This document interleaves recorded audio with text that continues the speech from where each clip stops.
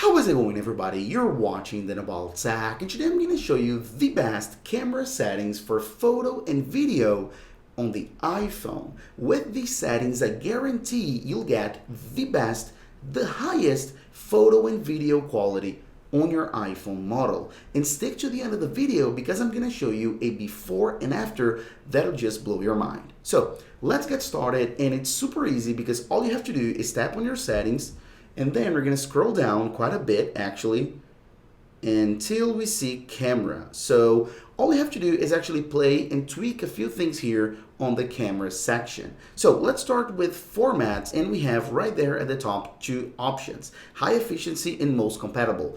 And a lot of people don't really understand this and they choose the wrong option. What I recommend you to do is tap on high efficiency for two main reasons. Reason number one, it'll reduce file size, but don't worry because it'll reduce file size without losing any quality. You'll see it at the end, okay? But more important than that, with high efficiency, you'll be able to use cinematic video, 4K at 60 frames per second, and so on and so on. So the best formats, the highest resolution, the highest quality formats actually need high efficiency. So we're going to use high efficiency for those two main reasons. After that, we have two more options. So Apple Pro RAW and Apple Pro Res for photo and video capture. Please keep in mind that I'm using here an iPhone 14 Pro. So depending on your iPhone model, some of the features that I'm going to show here, some of the options won't appear on your iPhone, but don't worry because most of them are in all iPhones. Okay, so let's continue. And I do recommend that you enable Apple Pro RAW and Apple Pro Res, as you can see right here. And what this means pretty much is when you have Pro RAW and Pro Res, the files that you take, so the photos and videos, will be raw. So they'll be, as the name says, untouched, and this will give you a larger file size, so a more detailed image, a more detailed video. So it'll not cut down on the quality or anything like that. It's gonna give you full quality, raw, untouched, just like when you take a photo or a video from a professional camera like I'm using right here. So then, if you want the best quality possible, enable Pro RAW and Pro Res for photo and video. And on top of that, depending on your iPhone model, you can even choose the quality and choose the best quality, the maximum quality, if you want to get the best photo possible. As you can see right here, a Pro RAW file, so a Pro RAW photo, will be 75 megabytes at 48 megapixels. So then it's a pretty large photo, so imagine the quality, it's insane. Please keep in mind that all we're doing here, the bigger quality, the best quality, the bigger resolution. So all of the options that I'm giving here is the best you can get on your iPhone for photo and video. So of course, this will use more of your storage. So please keep that in mind. Photos and videos using all of these settings that I'm going to show you will take up more space on your iPhone. But as I said, I'm going to show here how to get the best possible. So of course, it's going to use more of your storage, so keep that in mind, okay? So we're done here with the formats. Now we can come back here to camera and we can see record video. And this is super important as well because this is not really clear for everyone, and I'm going to explain you right now. So by default, the iPhone comes at 1080p HD at 30 frames per second. So if you go down here on this list, the further down you go, the best quality you're going to get. So on my iPhone, I can get up to 4K 60 frames per second. That's the maximum the iPhone gives me. But as I said, depending on your iPhone model, maybe you won't see this option. But if you pick the last option possible, that'll give you the best quality. So let me explain you. 720p or 1080p or 4K is the resolution. So of course, the further down you go, the best resolution you'll get. This is super simple. And frames per second is the amount of information you get every second. So 24 frames per second is like 24 pictures in a second to make that video.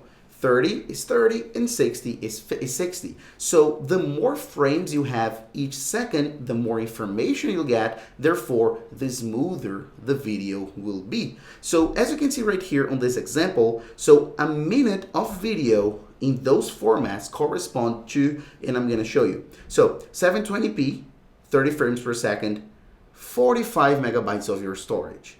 But if you go down to the best option possible, which is 4K at 60 frames per second, it'll take up 440 megabytes of your storage. So that's 10 times that first option that I showed you. So it means that the video will be so much better. The quality, the crispness, the smoothness, it's absolutely insane. And just so you have an idea how frames per second is important, if you compare 4K 30 frames per second, it's 190 megabytes. In 60 frames per second, it's 440. So it's more than the double, even though it's the same resolution. So the amount of frames per second is super, super important for smoothness. And even better than that, if you record a video in 4K 60 frames per second, you'll even be able to make it slow motion without losing so much of the quality because of the amount of frames every single second. So then this is the best format no matter what, best image quality, best smoothness. That's how I use it, okay? Now we can keep scrolling down here and we have PAL formats. That's pretty much irrelevant. That's only if you want to use this for television, so we don't have to play with that.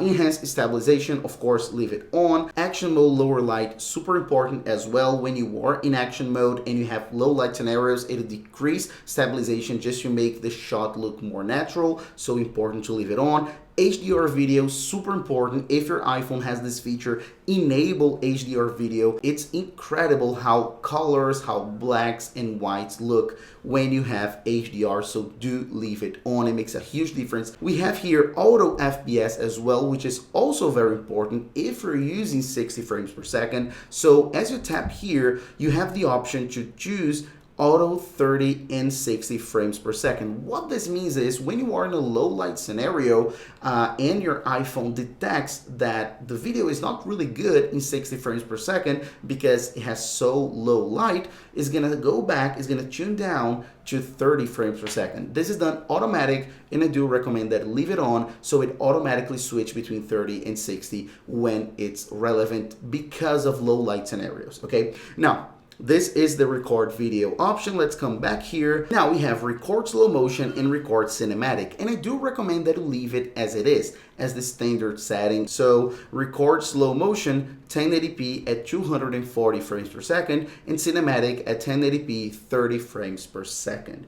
As you can see here, we have a ton of options here in the camera section of your settings, but the point of this video is to show you everything that actually affects on your quality. So the settings that you make, you have the best photo and video quality. And since a lot of the settings here won't affect your quality, I'm not going to talk about those, okay? Just about quality related settings. Right here we have record stereo sound, and I do recommend that you leave this on because it deeply affects on your sound quality of when you're recording video. So it does affect on quality, leave this on. The rest of those options are irrelevant for what we want. Now, if you keep scrolling down, we have photographic styles, and we're going to talk about that in a second. And those other three options are not related to quality of the photo either. Now, I want to actually come to the camera app because I have to show you some of those things that we talked about in the settings. And the first thing I want to talk about is actually the filters or the photographic styles that I mentioned a few seconds ago. So if we actually swipe up anywhere in the viewfinder, we have a ton of options right here, which a lot of people don't know, like for example the flash, where you can turn it off or back on. So those are some very interesting tips that still today are pretty unknown. We have live photos. We can choose here the format, so square photos and things like that. So we have quite a lot of options, including the timer, and we have a lot of options right here, including the photographic style, which as you can see gives you quite a lot of options between standard, rich contrast, vibrant, and so on. And of course you can create your own, and you can even tune individually the presets as well, so you can tap here and individually choose however you want. So this is important as well, and this is a very, very important feature that has to do and actually affects on your photo quality and your video quality as well. And last but not least, before I give you my before and after, I'm going to talk about ProRAW, because remember we enabled Apple ProRAW. It's right here, right? But it's crossed. It's not being used at the moment. In order to use it, we have to tap on ProRAW, and then as you can see, it's ProRAW. So now we can actually use the best photo possible on our iPhone. So this is something to keep in mind as well. And that's pretty much it. But of course, let me show you the before and after. So before is the standard setting your iPhone comes in for photo and video. Okay, like if you grab our iPhone out of the box and take a photo and video. And after is using all of the settings that I just showed you. So take a look and I'll be back.